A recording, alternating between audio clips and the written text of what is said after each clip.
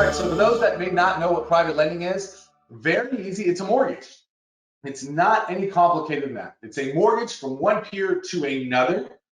It does not have to be very complicated. And at the end of the day, know that he or she that has the gold makes the rules. Now, I've seen this happen before, so it's worth mentioning. You need to secure your loan to the property, and a promissory note alone doesn't do that. We'll go over what else you need.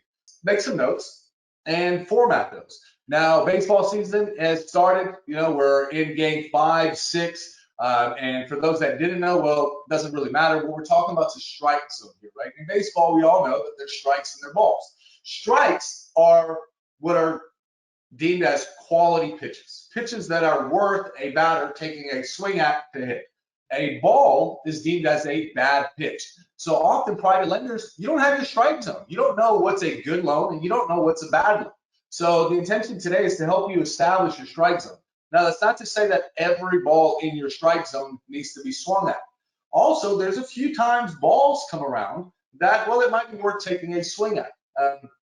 Quick example on that is I never did land loans. One day a land loan came by. It wasn't in my strike zone, but it was a good-looking pitch. I took a swing at it, and it turned out to be great. And then it opened my eyes to an outside pitch, and I've developed a good mechanics to hit that. So now one of the biggest loans we do are land loans and our favorite width there. So your strike zone, it can expand, but when you're starting out, you really want a narrow and tight strike zone. So this is my invitation to you to tighten up your strike zone. Now, what really matters when it comes to lending? What matters are two things: the borrower, the person that's borrowing the money from you, and then the collateral, what's being pledged as the collateral. So a guarantor is a person, organization, or thing that provides a guarantee. Whereas the collateral is something pledged as security for repayment of a loan to be forfeited in the event of a default. Now, the guarantor, 5 things we're going to look at here. And again, the guarantor is the person that's signing your loan documents, your borrower. 5. First is credit, income, assets, experience, and exit strategy. You can start with any one of these. The idea, though, is to get all of it. So in a conversation, your borrower may come to you and say, hey, I've got this deal I want to fix and flip. You don't need to ask them what their exit strategy is. They just told you. So if they're volunteering information, that's great. Just check off the box and make sure you're asking about credit, income, assets, their experience, and the exit strategy. So let's dive through those. First is credit score. Look, as a private lender, credit score should be important to you for this reason, and any on top is just icing on the cake. At our core, our credit scores are numerical representation of our ability to do what we said we're going to do. See, someone is borrowing money from you and is going to promise to pay you back. Well, that promise, how much experience do you have in making promises and keeping those promises? Because as someone who lends money, I want to lend money to people that have a long history of making promises and delivering on those promises. Now, questions to ask clients about credit scores. If you want to email me at paul@linklending.com, I'd be more than happy to send you a copy of this presentation. If you've got your phone by you right now, you may want to take a picture of these questions because I'm going to breeze through them pretty quickly. But the first 4 are the main ones I ask. 5 and 6 I'll dive into if I need to know a little more. So the first question is, what's your current credit score? And the answer, I'm weighing against my guidelines. You know, here's my strike zone. I'm about to hit a pitch. And is this too low, too high? Is it right in the middle? I'm a fan of 700 plus credit scores. So when I hear 700 plus, awesome, let's keep going. If it's less than 700, well, I'm going to still keep going, but I'm proceeding with a little more caution until I get to the next questions. Now, who and how was that credit pulled? You can, there's tons of self-credit monitoring systems out there that allow us to pull our own credit and monitor our own credit score. Now, those algorithms are different. Algorithm is the way they determine the credit score. And when you're getting your credit pulled from a mortgage company versus a credit card company versus an auto dealership, there's different credit scores that are given. Again, because the algorithms or the formulas that factor the credit scores and determine them are different for each. So I want to know who pulled your credit and how was it pulled. And if it's a creditor self-monitoring service, I usually subtract 20 to 40 points. So the conversation goes something like this. Hey, Dickie, what's your credit score? And he says it's a 740. I'm going, awesome. He's got higher than the 700. Dickie, where'd you get that credit score pulled from? And then he tells me he got it pulled from Credit Karma. Awesome, that's 740. Let me take 20, 40 points off that. It's still a 700 score. Awesome. Let's keep going, right? Now, next question is, when was it pulled? Private lenders, wake up to this one. You may ask someone what their credit score is, and they gave you a credit score for months ago. So now you know it was months ago. And the fourth question, which often tends to be my favorite, is, has anything changed since then? And then you hear, yeah, actually my credit score is a 740. I pulled it from Credit Karma. It was actually yesterday, and no, nothing's changed since then. I know it's an accurate credit score. Versus someone telling me it's a 680. I got it pulled from an auto dealership. It was 6 months ago, and I bought 2 trucks, one for my business and then one for my wife. Well, wait a minute. Your credit score is 680. That was 6 months ago. You bought 2 trucks, and it's on your credit report. I need to know these things because I care about the return on my money, of my money, until I feel secure there. So questions 5 and 6 are, how many secure accounts do you have, and how many unsecured accounts do you have?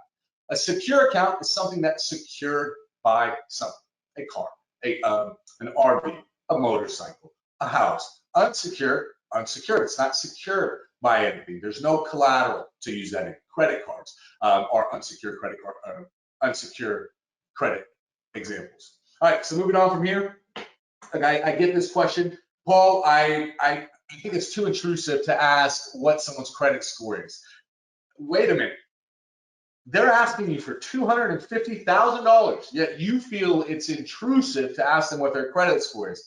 I highly consider you recontextualize that or look at something else. I go to these 2 websites, which the first one is creditchecktotal.com and the second is annualcreditreport.com. So if you're someone, a private lender, that doesn't want to ask someone about their credit, but want to get your hands on a credit report, go to creditchecktotal.com or go to annualcreditreport.com. Now, credit score matters because it ultimately determines my loan to value. How much am I comfortable lending? Earlier, I said I like 700 credit scores. If someone has a 700 credit score or higher, it's like, okay, we're in the 70 to 75% loan to value here, so long as the other things check off. If they don't have a 700 credit score, I'm rarely am I going above 70% loan to value, and I'm likely going to reduce it below 70%. Of course, I'm going to go into the other 4 factors, which we're doing now. Of the 5, income to me matters the least, as silly as that sounds, unless they want to keep it as a rental property. And then income matters to me because it matters to our borrower in the sense of what type of exit loan are they going to get. So income. Are you currently employed or are you a full-time real estate investor? How long have you been doing this for? How much do you make per year? How are you paid? Are you W-2? Are you 1099? Are you self-employed? How someone gets paid matters, and I'll go into that here in just a moment.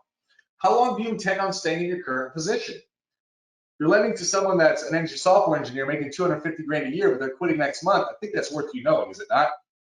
And then the last one is, does your spouse work? Of course, only ask this if you know they're married, and it matters as well. So let me tell you why how you get paid matters, and more specifically, why I'll go forward and then I'll go backwards. Why income matters. This matters to those, income matters to those investors who are looking to keep properties as rental properties. Because see, your short-term private money loan is only for a short period, 6 to 12 months, and every now and then an occasional outlier. It's not designed for someone to have that loan forever because it's a double-digit interest rate 9 times out of 10, and you simply can't cash flow as much as they can with lower interest rates. So when you know someone's income, and if the income that they're able to prove based on their tax returns qualifies them for conventional financing, they're a more qualified borrower for you to lend to. If they don't qualify for conventional financing, that's okay. It's just my opinion, you should know that and then prepare them for non-conventional loan options. I'm here to tell you, conventional and non-conventional loan options historically had differed by about 1% to 1.5%. And so if you have somebody that's intending to keep this as a rental, but you know they just quit their job, they're self-employed, and they're not going to be able to get a conventional loan, I feel you should warn them and say, hey, have you really gotten your long-term financing in place? All right, how do you verify income? Well, there's a form that you can go to DuckDuckGo and type in verification of employment. And that verification of employment form, It's going to pop up, and you can just simply ask the questions on that form. You can send it into your borrower's employer if you feel compelled to. The others, you can just simply ask for their tax returns. Tax returns, not tax transcripts, and all pages, all schedules is what I'm looking at. Third is assets. So we've covered income. We covered credit, we've covered income. Now we're covering assets. On the same token, if someone says, hey, Paul, what's the least important? Say income, what's the most important? Assets, assets, assets, assets. Old banking secret is you lend money to people that don't need to borrow the money from you. So when someone says, hey, Paul, I can buy this house cash, I go, come on, talk to me. That's the best client to lend to. Multiple reasons, but of course the obvious. Now, what do you ask about assets? How much do you currently have in liquid assets? Of that amount, how much is in your checking and savings account? Here you're breaking it down. So you're asking the question of how much do you have in total liquid assets? And now once you get that number, it's up to you to start breaking that down, starting with how much of that's in a checking or savings account. How much of that is in your 401k, IRAs, or any other retirement type of accounts? And then of all those funds, how much are personal funds and how much are business funds? Are any of those funds borrowed? If they're business accounts, what percentage of the business do you own? Look, I'm on my mom and aunt's business accounts to this day. I've been on it for probably 20 years now. I own zero of the business. Yet if someone wants to see my business bank statements, I can throw those in on the loop because it just has my name there. I don't own any of the business. Therefore, I don't have any decision-making ability, nor can I walk into the bank and access those funds. But if I don't know to ask those questions, I get bank statements with someone's name on there that also are an entity in a business, but that person's not a part of it. Well, then it's not your money. I'll still lend to that person with the owner of the account signature, which is what's happened to me in the past. I've applied for loans. They say, hey, look, Paul, this bank account looks great. You're not on the business. We see that your mom and aunt are. Can we get their signatures? So I go to them and I get their signatures. Now the bank felt good about it. Same way you should feel about it. I'll say it again. Banking, lending has been around forever. We don't need to change the rules. The recipe is there. All right, to be successful in business and investing, you've got to have skin in the game, a stake in the company. So to be successful in business and investing, you've got to have skin in the game, a stake in the company. Warren Buffett said this. Mark Twain, I want to remind you, said, it's not return on my money I'm interested in. It's the return of my money. Sorry, you need to have skin in the game. Why I put those slides all back together is I've closed close to 400 private money loans. The only appraisals I've ever received on those properties are appraisals done by their lenders. I have never done an appraisal on a property I've ever lent on. Those 400 plus loans, I've had 4 foreclosures. So my foreclosure rate is 1%, a little less than 1%. Why that is because of this: skin in the game, skin in the game, skin in the game. There are plenty of well-qualified clients out there that are willing to put up a few dollars. Now, once you get to know that client, that borrower, that investor, you've done not 1, not 2, but 3+ projects with them. Now, look at the deal. How can you help them out? You know they deliver. You've got the experience. It's show you, don't tell you. So show me, don't tell me. And the best way is, hey, let's do 3 this way. And everything goes right. Well, then let's look at getting you some custom terms that make it very, very easy. It's skin in the game, skin in the game, skin in the game. And that's why appraisals really don't matter. Because when you have enough skin in the game, the person you lent money to is going to kick, scratch, and claw to pay you back, especially if you started with lending to people that have good credit scores and a history of doing what they said they're going to do. So it's really credit and assets. I mean, we could call this whole presentation credit and assets. Credit, they tell you whether or not they keep their word. Assets let you know that if it gets rainy, they can step in and help out. So I want to see 90 days of bank statements. Why I want to see 90 days? I want to see the history. I want to see what is the history of your bank account. Was it at $4,000, and then all of a sudden you got a big PPP loan that stretched it up to $250, and now you're, Donald Trump Jr. out. Or are you someone that's had money in their account the entire time? Or are you someone that had $4,000 in your account and just got $250 in there because you did a flip that you self-funded yourself? Look, you don't know these stories unless you start looking and seeing what's there. So I want a 90-day look back. Assets that are important to me, for those that have seen this movie, Gladiator, famous scene in there, thumbs up, thumbs down. I'm here to tell you that Hollywood has told us wrong for many, many years. Thumbs down, actually in ancient world meant keep them on earth. Thumbs up meant send him to the heavens. So in this scene where he keeps him on earth, that's where assets are for us. Are we sending you to the heavens, or are we keeping you on earth? Clients that have less than $30,000 in liquid assets aren't a fit for our firm. If you are somebody that has less than $30,000 of assets right now, congratulations. I remember those days, and doesn't mean there are not people out there that won't lend to you. So call us. I would love to personally coach you on how to get those assets up and where to find other investors that'll lend with you. If you don't have the assets today, for us, I'm here to tell you there's plenty of private lenders, including on this webinar, that will lend to you with less than $30,000. Now, you can look for partners. And partners, you can find them on this webinar. You can find them at networking events surrounding your local areas. It is not hard. The easiest thing to find is money. The hardest is the property. So if you're someone that's going, I need to find money before I find a deal, you've got it all backwards. Find the deal, then the money will come. Knowledge and experience. Look, knowledge is like a bunch of dots on the board. Experience is like connecting those dots, right? So I want to know what someone's life experience is when I'm lending to them. As far as do they have experience fixing and flipping houses, I really don't care that much. When they have a lot of experience, that's cool. When they don't, hey, that's cool too. Now, if someone's really bragging about, I've done 10 flips this year, blah, blah, blah, great, show me the HUDs.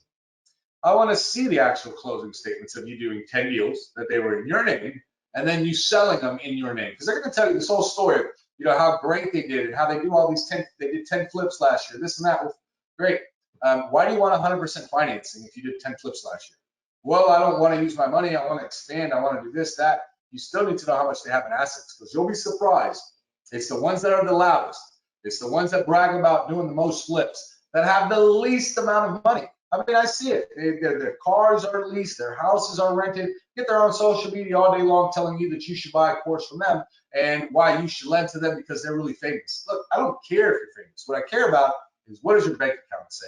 And I really care too, you know what's about how much money you make. I want to know how much you keep. How much of it do you keep? Because this all goes back to responsibility, right? How responsible are you with your money? Tells me how responsible you're going to be with my money, does it not? So HUDs is here. Now, you're the contractor. Look, this is reasons 1, 2, and 3 of why deals foreclose. It's really not because the borrower's bad credit score, they didn't have assets. It's because of poor decision making, specifically to do with hiring the wrong contractor. See, what happened is Tommy went to a real estate investment course over the weekend, got all excited. He's going to take on the world. He goes door knocks, he's passing out letters, he's writing yellow letters, he's putting yard signs and bandit signs everywhere, and he gets a deal. He calls a private lender. The private lender lends to him. Tommy's on top of the moon, right? He's following the coaching and everything's working. And then he hires his cousin contractor, who's an absolute schmuck. And he hired him. Why? Because he's your cousin. Look, do that if you're, stay away from it. A great way to check your contractor is see, are they licensed? Are they part of the BBB? Do they have Google reviews? See, Google reviews to me tell me a company cares enough about their brand and their image. Does this contractor that's about to be in charge of the money you're going to lend them, does he care enough, or is he worth being is he worth you being a part of that risk? I don't know. So check licensed bonded, check BBB. It shows they care, as well as Google reviews. Now, if all else fails, go to social media. Like, go on social media. If they did 10 deals, are they putting it on there? Are you seeing the work that's done? How are the timelines going about? How do they post? You know, you get to know about the person. When you're lending your money that for decades you've chosen to eat on the left side of the menu versus the right side of the menu. You've taken 2-day vacations instead of 3-day vacations. You haven't bought the shirt that you wanted, or you didn't go to the concert or the comic show that you wanted to because you're saving your money for tomorrow. Don't let all that hard work go away by not taking out a few moments of doing some analysis on the person that you're going to lend money to. The number one question a private money lender should be asking is, What is your exit strategy? The number one question. Mark Twain said it. It's not return of my money I'm interested in, it's return on my money. So I want to know how am I getting my money back first? Then I want to know how much money I'm making. So what is your exit strategy? Are you fixing and flipping this house, or are you keeping it as a rental? If they're flipping it, I want to know the days on market. You know, is this going to be a $150,000 remodel and the borrower's telling me they need a 6-month loan? No, that's a flag right there. No responsible investor is going to tell you they can finish a $150,000 remodel and sell a property within 6 months. If they can, very, very, very small outliers. So look at the days on market in the area that you're going to lend the money on for the property. If they are refinancing and keeping it as a rental, have they already applied for a mortgage loan? Have you already applied for a loan that's going to pay off my loan back? See, I'm a private money lender. I'm about to lend you money on a property that you're telling me you want to keep as a rental property. That means for you to pay me back, you have to refinance my loan because I'm not giving you more than a 6 to 12 month loan. So have you already applied for the loan for your long-term financing? If so, with who? Do you mind if I call that person? You dig all these layers depending on how you're feeling, right? And God will trust and everyone else will verify. Here's what we ask for. I'm not going to go over it, but I will tell you half of these items on here the title company asks for. So if your borrower ever says, hey, Paul, why are you asking for all this? Well, first of all, the title company asked for half of them, and the others, because you're asking for $250,000. That's why. Like, I've been doing this almost 20 years. I mentioned in my 20-year history, rates have never risen at this rapid pace. In July, I refinanced my house at a 2.6% interest rate. If I was to refinance that house today, my rate would be barely below 5%, and that's as someone that owns the mortgage company. Could I go to a bank and get a different loan? I could. It wouldn't be a 30-year fixed rate loan though. So for those that went, oh, well, my bank has lower interest rates, not on 30-year fixed rates, they don't. Why? Because, well, Fannie Mae, Freddie Mac, they're the pool of money that credit unions, banks, online lenders, independent mortgage companies, we all go to get our funds from, AKA conventional financing. So rates are nearly double what they were in July. Ramez mentioned inflation, 8.25%. We don't have to talk about the gas prices. I mean, everything is more expensive right now. I mean, have you looked at the cost of bacon lately? Like, I'm such a bacon fan on Saturday morning, and I'm seriously debating, like, you know, we've got to get a new hobby here. With all of that said, it's still interest rates better than they were 6 years ago, better than they were 7 years ago. They weren't as good as they were 10 years ago, but they're better than they were 15 years ago. So, I mean, if you want to get caught up on interest rates, I invite you to have a different conversation. The rates are what they are. The inflation is what it is. Gas prices are what they are. And I promise you, there's zero chance I give up my bacon on Saturday mornings. So the point of this is winners keep winning, and losers are going to make their excuses. And for the winners out there, times like this, man, they excite the hell out of us, don't they? Like, it is, let's go. So the market, if you're sitting there paying attention to it, and oh my God, this, oh my God, that, you're already behind. Rewire it. Let's change the story. Keep moving. I mentioned our website. Biggest difference from us and others, we're not nickel and diming you. We're a junk-free lender. Have been, always will be. I'll let our website and all the reviews, all that stuff. No need to do a PR here. Thank you for coming on board. Everybody, I hope you enjoyed this. Till next time. The information contained herein is intended to help the viewer successfully navigate common IRS and Department of Labor requirements to help achieve successful results from their IRA. The information is not intended to replace information from your legal counsel or income tax professional. IRA Club does not offer or sell any investment. All investments have risk.